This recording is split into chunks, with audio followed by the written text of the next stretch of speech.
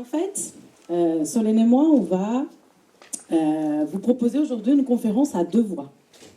C'est-à-dire qu'on va, du coup, justement, pour explorer tout ce qui concerne les mutualisations dans la création et la recherche dans le domaine du livre illustré, cette présentation sera divisée en 4 parties, afin de parcourir notre parcours et notre réflexion, et certaines, c'est vraiment venu de la rencontre l'une avec l'autre, et de ma rencontre avec les Docirèves, et les Docirèves m'a rencontré. Et ce qui est intéressant, on va essayer de vous faire aujourd'hui, c'est une conférence aussi à 4 mains. C'est-à-dire, ce sera une sorte de... Alors, Yasmina Krabier m'a parlé de conférence gestualisée. Donc, en fait, c'est un peu ce qu'on va faire. Gesticuler, pardon. Désolée, c'est ma langue maternelle qui parfois... Et c'est-à-dire que notre discours sera illustré par des manipulations qu'on va faire en direct et qui vont être projetées à l'écran, de dessins, des livres, des prototypes multisensoriels. C'est pour ça qu'on est venu avec un certain bazar qui se trouve ici. Et certains objets vont aussi circuler dans le public pour que vous puissiez toucher, parce que c'est surtout des objets à toucher. Alors voilà. Et nous avons... On a besoin des ninos. Où ça, voilà. Et nous avons également préparé une petite surprise interactive pour la fin. Alors, pour commencer, donc, notre conférence va se constituer en 4 parties. Une première partie, qu'on a intitulée « Au-delà du visuel ». C'est dans cette partie qu'on va se présenter et on va montrer comment notre parcours nous a amenés de plus en plus vers une approche au-delà du visuel. Ensuite, la deuxième partie, on a appelé ça « Les pouvoirs des textures ». Et à ce moment-là, on va vous présenter comment la texture a une importance majeure dans notre travail, dans mon travail de recherche et le travail de création. Ensuite, il est difficile de parler des textures sans évoquer les pouvoirs des mains. Et ça sera notre troisième partie, on va parler du pouvoir des mains. Et nous vous montrerons comment les mains possèdent cette fascinante capacité de créer et raviver des expériences sensorielles et des souvenirs de corps. Et après, on va parler, c'est la dernière partie, mais c'est la plus importante, les pouvoirs des enfants. C'est-à-dire comment... En fait, c'est ce qui a traversé tout notre travail. Nous allons vous raconter comment nos rencontres avec les enfants concernés ont enrichi notre travail. Ils sont devenus une composante méthodologique essentielle pour aller au-delà du visuel. Voilà. Alors, du coup, je vais passer la parole à Solène, qui va se présenter, et va vous présenter aussi des petites choses pour vous montrer comment elle est allée au-delà du visuel dans son travail.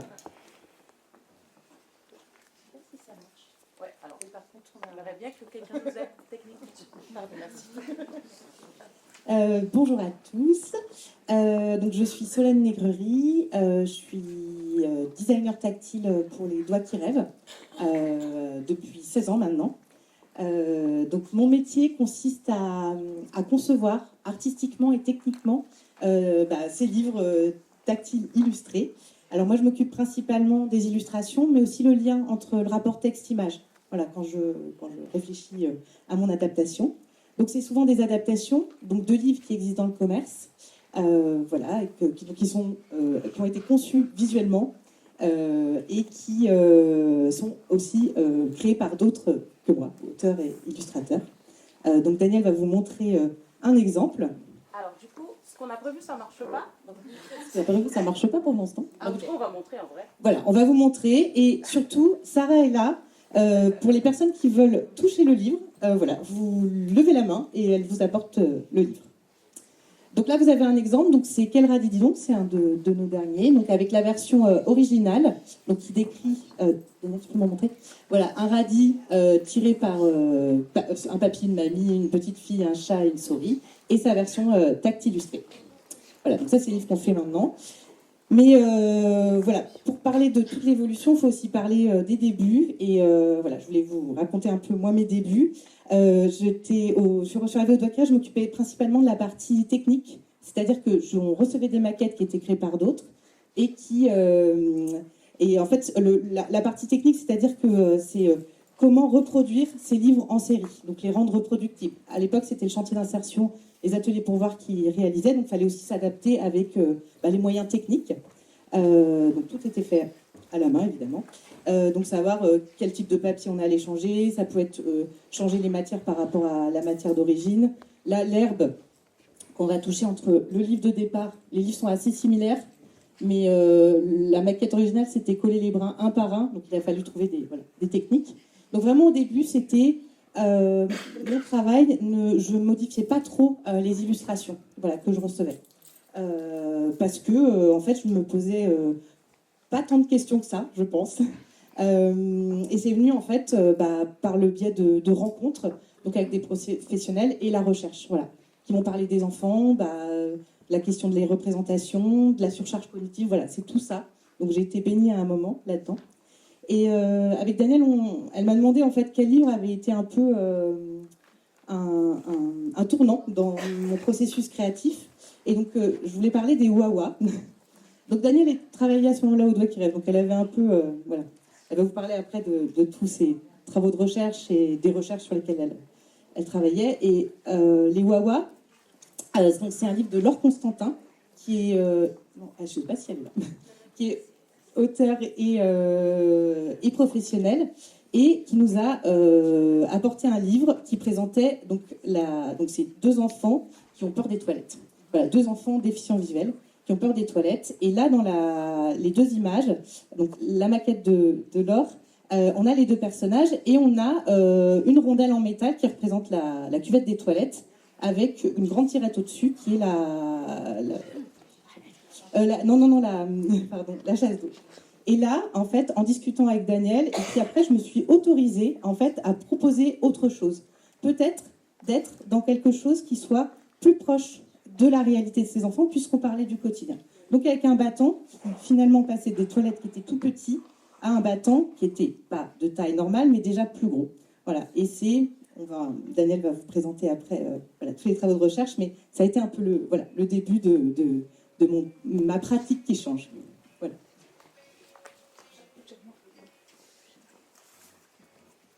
Alors maintenant, on vous a dit, c'est une conférence à deux voix, donc je vais faire ma voix sur Au-delà du visuel. Donc aujourd'hui, je me présente comme enseignante-chercheuse en psychologie, mais mon parcours et mes compétences croisent d'autres disciplines et d'autres pratiques. Ma formation de base est en éducation artistique. J'ai ensuite soutenu une thèse en sciences de l'art à la Sorbonne avant de me spécialiser en psychologie du handicap visuel. Ma rencontre avec les problématiques de l'image et de la cécité a eu lieu pendant mes premières années d'études en éducation artistique. J'étais stagiaire à l'époque, c'était dans les années 2000. C'est dit avec Florence que le temps passe très vite. Et j'ai travaillé chaque semaine pendant 3 ans avec des enfants aveugles dans le cadre d'un projet de recherche d'une chercheuse brésilienne qui s'appelle Maria Lucia Duarte. Et en fait, elle était très intéressée par tout ce qui concernait le développement du dessin à l'enfance.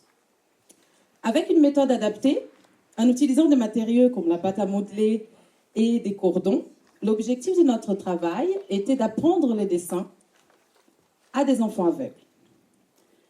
L'idée était de donner à ces enfants la possibilité de communiquer avec leur entourage par des formes tactiles simples, des dessins que tous les voyants connaissent et qui constituent une sorte de langage visuel, comme la maison, le soleil. Alors là, on devrait dessiner en direct pour que vous suivez à l'écran. Donc là, on dessine en direct, puis après, on vous passe le dessin. Donc, le soleil, la maison, l'arbre. Si je vous demande là de faire un dessin rapidement de ces trois choses, vous allez tous faire la même chose.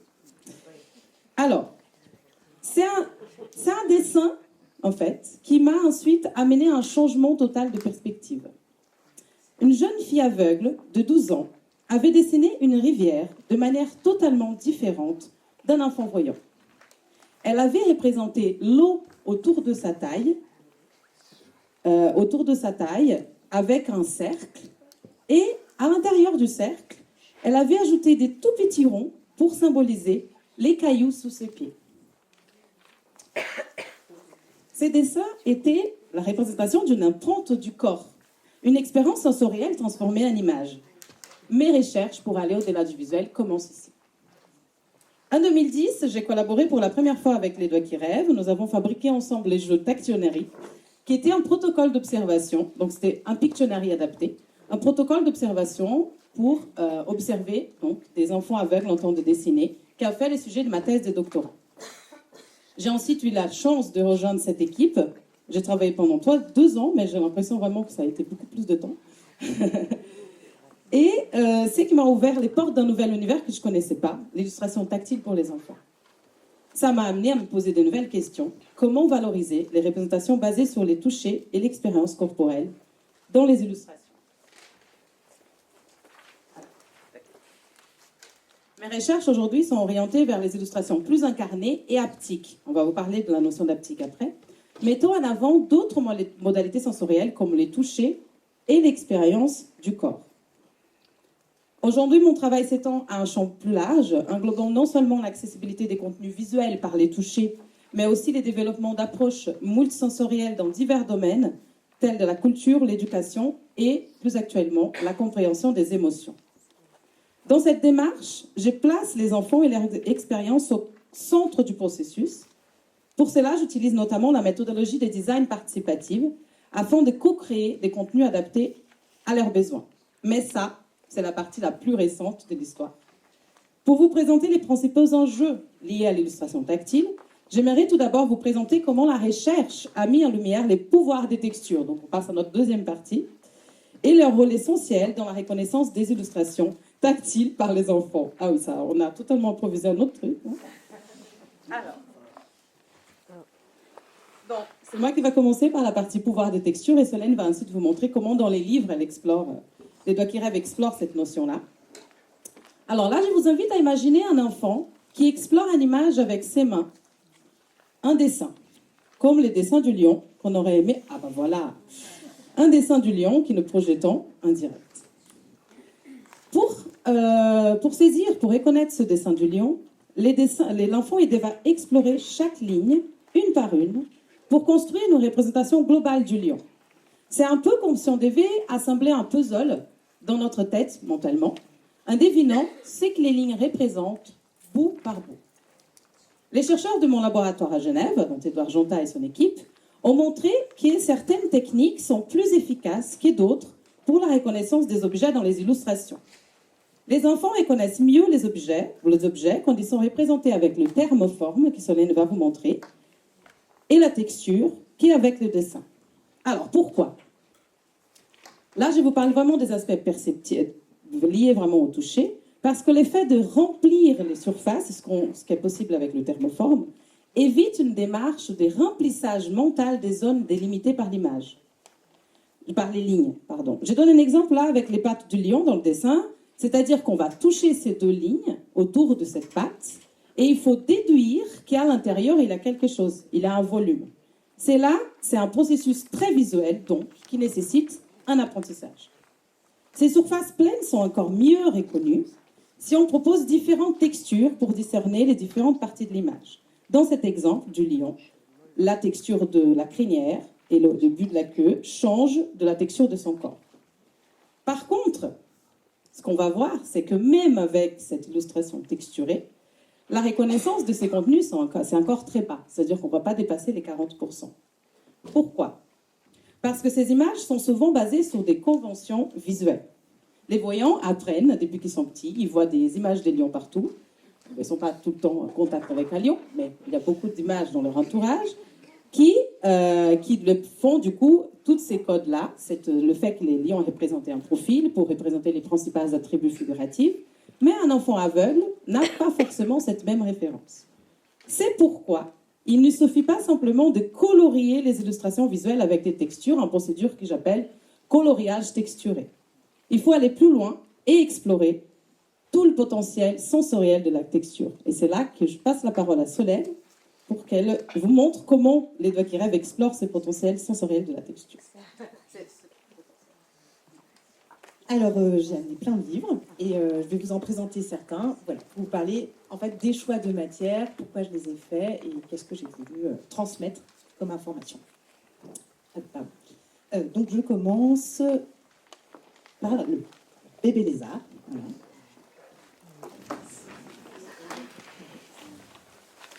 Je cherche le chat. Donc là, vous avez un chat, donc 2 profils, les 4 pattes.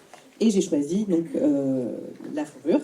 Bon, ça semblait un peu évident, voilà, pour parler de la réalité de ce chat, voilà, de choisir, souvent pour les animaux, on choisit souvent une matière poilue. Donc ça, c'est vraiment pour parler de la matérialité du sujet. On peut aussi, donc là, je vous montre, tu peux changer. Là, dans le petit livre des je t'aime, on peut parler aussi des émotions. Donc là, par exemple, j'ai choisi pour représenter la colère du papier de verre. Voilà. Un autre livre, Comment reconnaître un monstre. Donc, pour la texture du monstre, j'ai choisi quelque chose de rugueux. Donc là, je n'ai jamais touché de monstre de la vie, mais c'était plutôt pour le caractère du monstre. Alors, petite anecdote, dans ce livre-là, le livre d'origine, on parle de monstres poilus. Sauf que trouver une matière poilue dans le commerce qui n'est pas super douce, en fait, c'est pas possible. J'ai pas trouvé de fourrure poisseuse. Du coup, on a changé le texte. Et donc, le monstre devient rugueux. J'ai associé une matière rugueuse. Je voulais vous parler aussi. Donc, on peut avoir aussi des matières. Alors ça, c'est pas de nous, hein, c'est un auteur qui a trouvé. Voilà, pour la neige. Donc voilà, par exemple, voilà, ce matériau, voilà, qui s'enfonce. On en reparlera après de super matériau. Alors, il faut faire aussi une différence dans le choix des matières. Quand on colle, alors voilà, là vous avez 2 fleurs. Et en fait, vous avez une texture qui est collée, c'est la même, et une texture qui n'est pas collée. Et en fait, vous n'avez pas du tout la même perception de la texture si elle est collée. Donc là, elle devient dure et lisse. Là, elle reste lisse, mais en fait, elle devient plus légère. Donc ça dépend vraiment de ce que vous voulez transmettre et raconter aussi. Donc la technique, donc il y a le choix de la matière, mais aussi la technique finalement de collage a une incidence en fait sur la propriété de la matière. Et je voulais vous montrer aussi, voilà, petit pouce. Donc tout à l'heure on a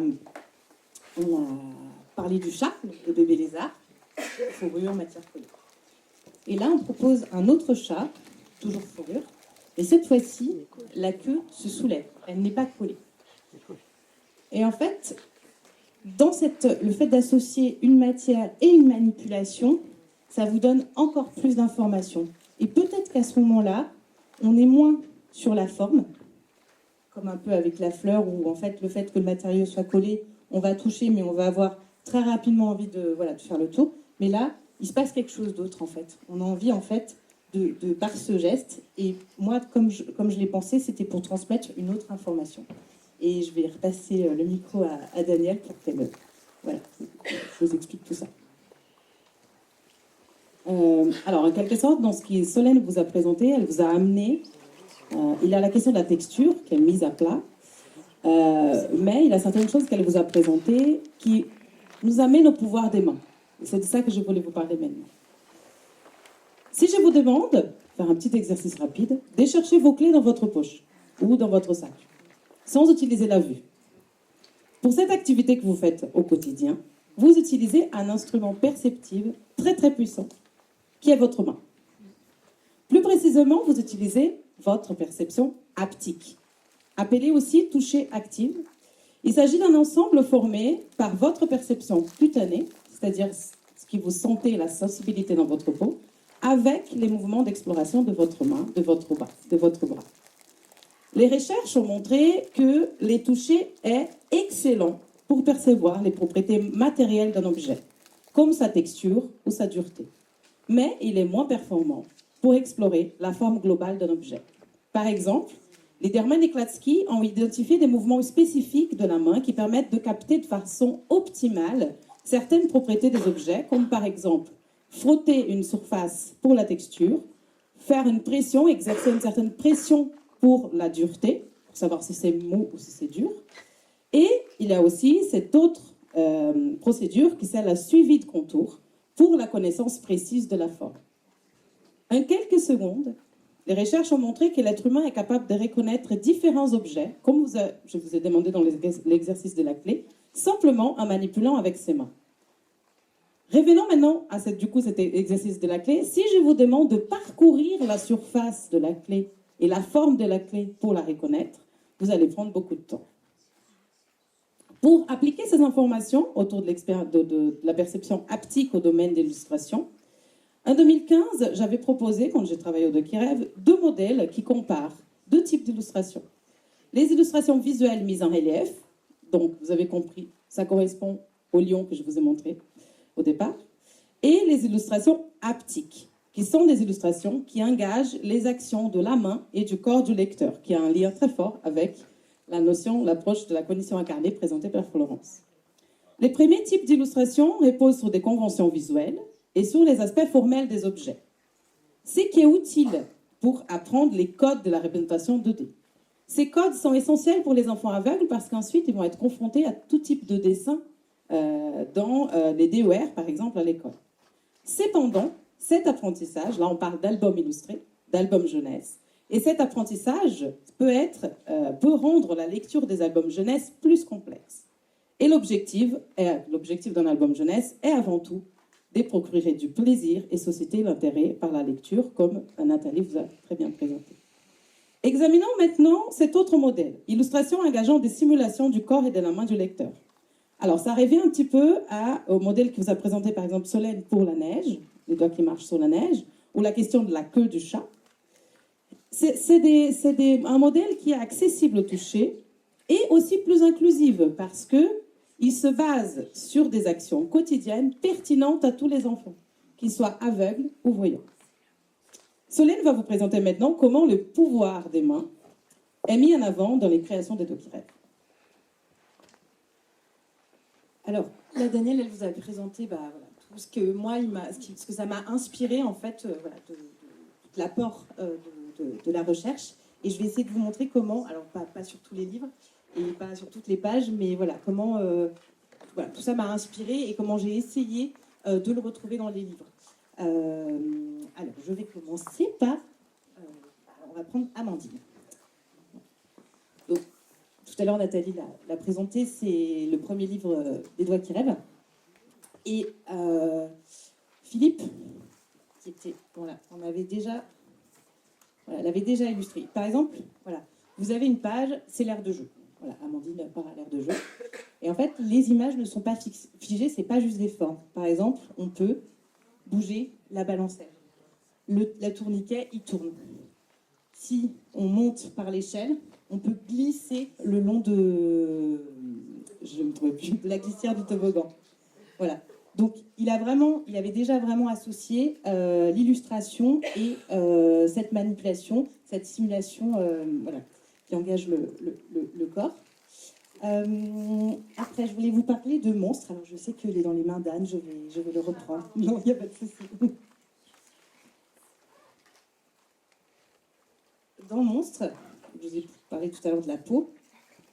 Donc, c'est un album c'est une adaptation, mais qui présente le monstre sous diverses parties de son corps. Donc, au début, on a juste la peau. Et en deuxième page, c'est si ses pattes sont énormes et rugueuses. Là, j'ai pas voulu juste coller de grosses pattes. En fait, c'est des pattes qu'on peut soulever. Donc, pour la main de l'enfant, en fait, l'enfant, il peut déjà envelopper cette grosse patte. Et en plus, j'ai mis un matériau spécifiquement un peu lourd. Voilà, pour rajouter cette idée d'énorme, en fait. Voilà, pour retrouver ce côté l'exploration. On a aussi, si sa queue se déroule sur des kilomètres, donc pareil, c'est une queue, l'illustration est longue, mais en fait, elle n'est pas juste collée sur la page. On peut, en fait, la déployer et, en fait, le geste du bras qui va s'allonger finalement va aussi accentuer et illustrer cette idée de longueur. Et enfin, on a aussi si son ventre forme une sorte de toit au-dessus de sa tête. Et là, il y avait l'idée, voilà, à la différence des autres matériaux qui étaient, des autres illustrations qui étaient finalement un peu dures, là, je voulais quelque chose d'un peu plus mou. Voilà. Donc là, on n'est pas... En fait, finalement, moi, ma première intention, c'était pas la forme, c'était la matière et la manipulation qu'on pouvait faire associer. Je vais vous parler de Réponse. Alors, dans Réponse, il y a 2 illustrations qui illustrent plutôt bien. Les cheveux. Dans l'histoire, la sorcière brosse les cheveux de Réponse. Donc j'ai mis des petits outils qui permettent en fait d'agir sur l'illustration et de brosser les cheveux, mais aussi dans le choix du matériau et dans la manière dont il est découpé et collé. En fait, on peut soulever les cheveux et on peut avoir cette idée de masse et de poids. Voilà, quand vous touchez, alors ça dépend des cheveux, et voilà. Mais je crois que c'était important parce que finalement, les cheveux, on passe beaucoup de temps à les toucher et voilà. Et on est dans cette manipulation voilà, qui reprend cette idée d'expérience du corps. Donc ça, c'est le lien avec le corps. Après, on a d'autres illustrations, par exemple, où là, la sorcière monte à la tour. Donc l'illustration, c'est vous avez une grande tour, vous avez réponse au-dessus, la sorcière en dessous. J'aurais pu figer, mais non. L'idée, c'était de pouvoir faire monter la sorcière, voilà, donc, dans l'illustration. Voilà, réponse. On peut aussi avoir... Alors, est-ce que vous avez le petit livre des je t'aime vous avez dû passer, c'est un tout petit livre. Bon, en attendant, je vais parler du chemin de la maison, donc d'une auteure qui s'appelle Valentina Lungo. Alors, pareil. Alors, ce qu'il y a de génial dans ce livre-là, c'est qu'elle a le texte en braille, c'est le chemin à suivre. Donc, vous suivez, en fait, que vous soyez lecteur braille ou non. En fait, le chemin, c'est le braille qui se déroule sous vos doigts. Et dans ce livre-là, plein de pages, un long chemin à suivre, mais c'est la page où le petit phoque, enfin l'histoire d'un petit phoque qui doit retourner à sa maison, vous avez une page qui est percée, et c'est la page où en fait, à un moment, il va casser la glace, et il va passer, il va descendre sous la glace.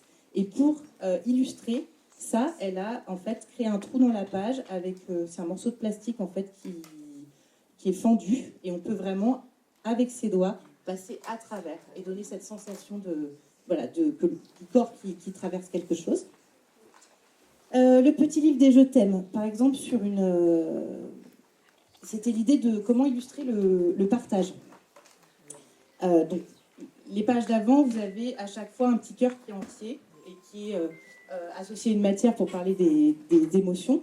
Mais là, dans la page où je partage, en fait, j'ai découpé le petit cœur en deux. Et immédiatement, quand on saisit le cœur, on sent qu'il y a deux morceaux. Et c'était vraiment l'idée pour illustrer le partage et inciter l'enfant, en fait, à donner l'autre bout à la personne qui est avec lui, parce que c'est un livre quand même plutôt pour les petits, donc il est rarement en lecture seule, ou en tout cas de comprendre l'intention.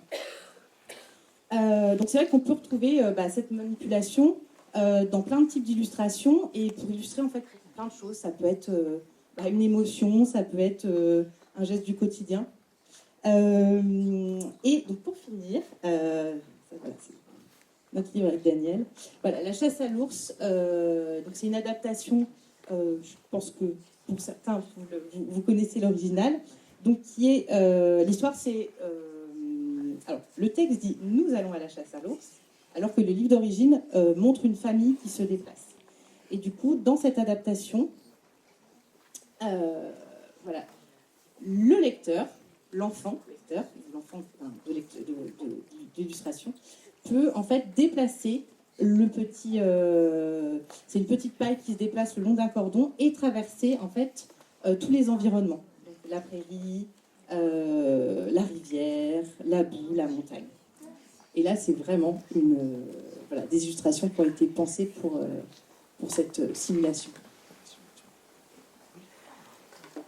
Alors, juste pour terminer par rapport à la question de pouvoir des mains, j'ai continué du coup à me pencher sur le sujet du pouvoir des mains dans le cadre des différents projets de recherche appliquée et dans le projet Haptic Books de l'Université de Genève en partenariat avec le Doc IREV.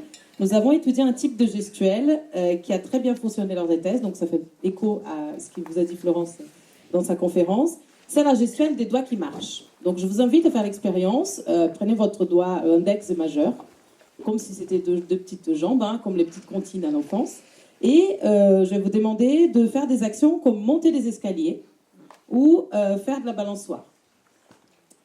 Donc ce qu'on a vu dans les études, c'est que tout d'abord, ces gestes ils sont semblables entre les personnes aveugles et voyantes. C'est-à-dire qu'il y a une simulation même si la façon qu'une personne aveugle va faire un peu différent de vous montrer ce geste, il a quand même cette simulation basée sur une cognition incarnée, comme vous a dit Florence, qui est similaire. On a vu aussi dans une autre étude que les enfants aveugles voyants étaient capables de reconnaître très rapidement et sans difficulté l'objet lorsqu'on présentait des petits modules en 3D, dont on vous a amené 2 ici, les modules en 3D d'un trampoline, donc on va venir sauter avec ces 2 petits doigts, et un toboggan, qu'on va venir donc monter les escaliers et descendre dans le toboggan. Nous avons montré que les taux de reconnaissance étaient bien meilleurs que le taux de reconnaissance des objets représentés de version classique en texture. Alors du coup, il y a le trampoline et que Solène va vous montrer. Alors l'exemple du toboggan est traître, parce que c'est le seul exemple que l'image texturée simule une expérience du corps au moment où on le touche. Mais c'est un des seuls rares existants. Nous avons montré et plus récemment, on a travaillé sur une autre piste avec les doigts qui rêvent et les équipes en nouvelles technologies qui est d'associer cette gestuelle à un son à travers des dispositifs techniques spécifiques. Nous avons notamment testé Petit Mince Promène, qui ont montré que cette association permet de mieux comprendre l'histoire et de mieux reconnaître les objets illustrés. Alors, je vais vous laisser, Solène, faire une petite simulation du prototype qu'on a construit à la suite de ce test, Capitaine. Je crois qu'on est un petit peu serré dans le temps, c'est ça ? 10 minutes. 10 minutes.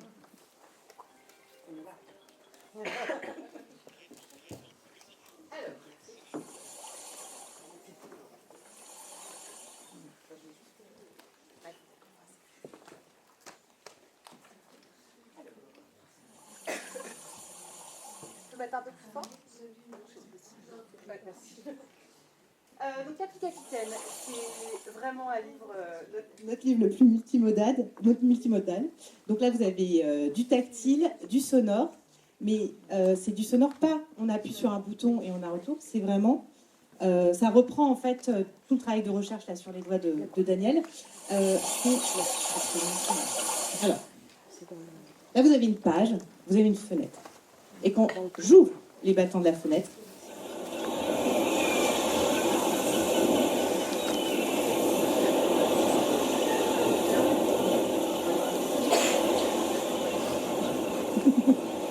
donc là c'est vraiment la main qui actionne. C'est assez immersif parce que c'est ce que... Ah, bah, je vais changer.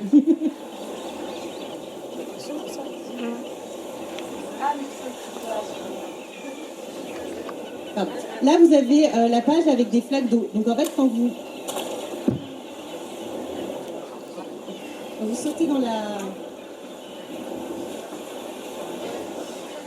Je pense que ça... En fait, le personnage a beaucoup apprécié la fenêtre. Et du coup, il écoute le paysage. On va peut-être essayer de... Si on arrive à faire un petit manip. Non, je le garde. Oui, voilà. Donc vous avez compris l'approche. Alors, les pouvoirs des enfants. Donc les derniers, c'est pour ça que je voulais laisser quand même un peu de temps pour ça. Parce que tout ce qu'on vous a présenté s'inscrit dans une démarche qui valorise de manière unique qui ont ces enfants de déficience visuelle d'explorer le monde. Mais nous sommes des voyantes. Baignés dans une culture du visuel. Malgré nos efforts, nos questionnements quotidiens, il est impossible de se mettre à la place d'un enfant aveugle et imaginer leur représentation. Cela implique d'adapter nos méthodes de création. Depuis 2013, je développe, donc quand j'étais au Doc qui rêve, je développe une méthodologie de design participatif qui engage directement les enfants dans la création des outils multisensoriels éducatifs. Mais comment ça marche, cette méthode ? Ces projets débutent par la rencontre avec les enfants concernés, avec pour objectif de mener des ateliers de médiation participative autour d'une thématique. À ce moment-là, on a juste un objectif, une question, aucune réponse et très peu d'hypothèses. Cette temporalité est très importante dans le design participatif car c'est elle qui permet aux enfants de jouer un rôle actif dans la création. Des études ont répertorié les degrés de participation des enfants dans des démarches de design, et puis on peut aller dans un degré plus passif comme l'enfant testeur, où en fait on va inviter l'enfant à tester une maquette, et à ce moment-là c'est toujours un peu tard pour changer quelque chose, c'est-à-dire que l'idée, vraiment les décisions restent une prérogative des adultes. Et on peut passer à un degré plus actif, qui est les enfants informateurs et partenaires, C'est-à-dire que les enfants vont intervenir à des moments importants de la prise de décision, à la phase des créations d'idées. Alors, mon aventure avec le design participatif a commencé avec les doigts qui rêvent dans le projet Tactipaf. Ensuite, on a fait, Hervé et moi, un cahier d'activités tactiles. Et un troisième, pour finir, les projets muséum autour du projet Petits Explorateurs Tactiles au muséum. Donc, je vais aller vite, je ne vais pas rester trop dans les explications. Je vais vous passer la parole directement à Solène qui va vous parler de comment, du coup, on a fait cette création petit à petit au fur et à mesure de la rencontre avec les enfants. Donc, comme vient de vous raconter Daniel, l'idée c'était surtout que les enfants ne soient pas testeurs. On devait vraiment les impliquer dans la création du projet Tactipaf. Alors, Tactipaf, c'est un coffret d'initiation à la bande dessinée. Au début, c'était un projet sur la bande dessinée, mais ce qu'on savait, c'est qu'on ne voulait pas adapter une bande dessinée. Donc, on savait ça, on voulait impliquer les enfants, donc c'était une dizaine de jeunes à Toulouse, donc c'est la médiathèque José Cabanis qui nous avait accueillis, autour donc, de ce projet de bande dessinée. Donc, comme on n'est pas spécialiste de la bande dessinée, on est parti sur sur l'ouvrage de Scott McCloud de faire de la bande dessinée. Vous avez On a beaucoup lu. on a beaucoup lu, lecture aussi. C'est un ouvrage qui est très très visuel, mais on a essayé de choisir 8 concepts, 8 sujets qui pour nous étaient importants dans la transmission de la bande dessinée. Donc les enfants ont été impliqués. Nous, on venait avec un matériel, des supports. En fait, les objets n'étaient pas figés. L'idée, c'était vraiment de co-concevoir et aussi de pouvoir juger comment les enfants se sentaient dans ce projet, qu'est-ce qui leur faisait plaisir, là où ils se retrouvaient, par exemple, le plaisir de créer un scénario. Ça a été très important. Et ils nous ont surtout beaucoup aidés parce que dans la bande dessinée, il y a une notion de temps et de mouvement. Et ça, par exemple, qui est visuel. Et c'était comment on allait faire passer cette idée. Et surtout, on a demandé aux enfants de créer leur propre bande dessinée. Ça, c'était important parce que c'est comme ça qu'on a pu avoir des idées après pour concevoir notre outil. Donc là, je vous montre une des planches. Vous avez bien le format de la planche, des vignettes tactiles, mais on peut en fait bouger certains personnages et d'autres non.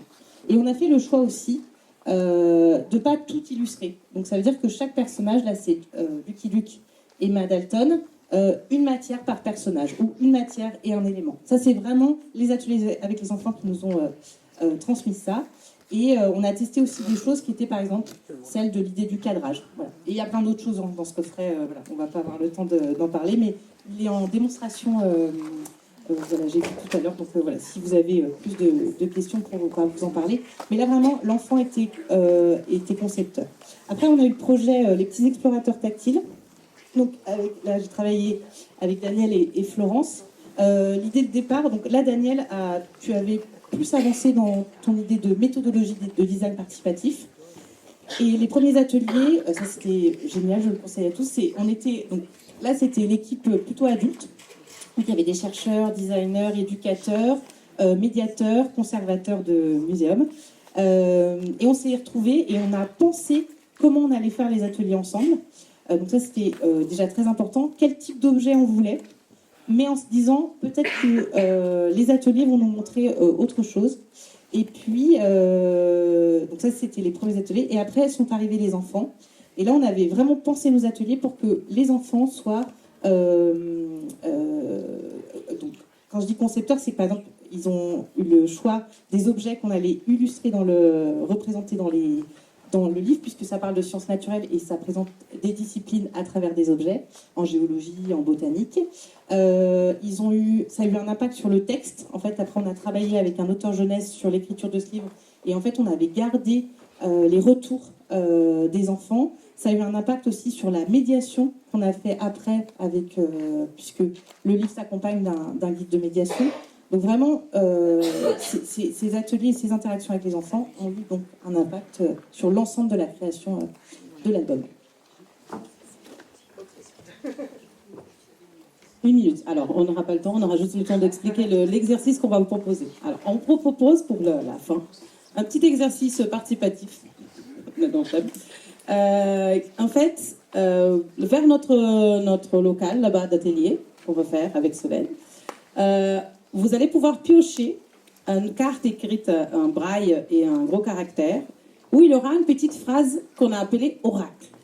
C'est-à-dire que dans c'est des petites phrases de type « Mon secret n'est pas dans les lignes, mais dans la matière sous tes doigts ». Donc des phrases qui vont renvoyer un petit peu tout ce qu'on a dit dans notre conférence. Et cette phrase sera accompagnée aussi d'un petit sticker Café Solène avec des gestes à réaliser avec vos mains. Et nous vous invitons tous, ceux qui ont envie, de prendre un peu de temps, donc aller piocher ces petits papiers et cette stickers, et prendre un moment pour réfléchir à deux éléments, du coup cette phrase oracle et ces gestes. Et avec ces deux ingrédients en tête, nous vous proposons d'écrire sur un papier une idée, une réflexion ou un projet, un lien avec le livre, l'image, la déficience visuelle. C'est vraiment très libre. C'est très libre, qu'est-ce que ça vous renvoie, cette phrase? Et ensuite, on va vous demander de poser ce petit papier dans une autre boîte et donc ces petits papiers pourront être piochés par d'autres personnes avant de partir. Donc chacun pioche le papier de quelqu'un d'autre. Et de cette manière, nous espérons faire circuler cette approche tactile, inclusive et sensorielle et espérons enrichir vos pratiques respectives. Merci beaucoup.